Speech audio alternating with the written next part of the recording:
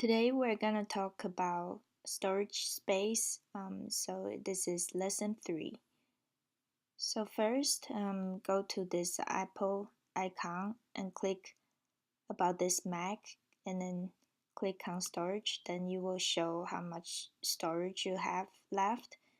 For Xcode, it takes 6 GB to download, and it is recommended that total you have at least 10 GB left for all your future projects. And for me at the beginning, I didn't have enough space because I had about 3 years of photos in my laptop, and I had less than 1 GB left before I cleared up all the photos.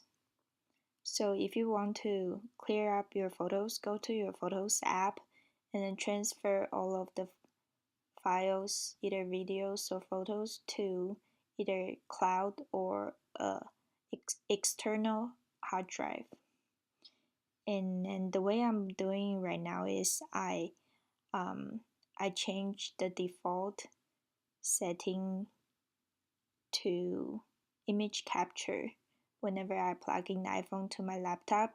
So this is the way I upload my photos to the laptop, because previously for the older version of operating system I had, whenever I transfer by default all the photos goes to this Photos app, but it turns out that it somehow duplicates the files, and then that takes up too much space. I don't have anything left for the Xcode projects.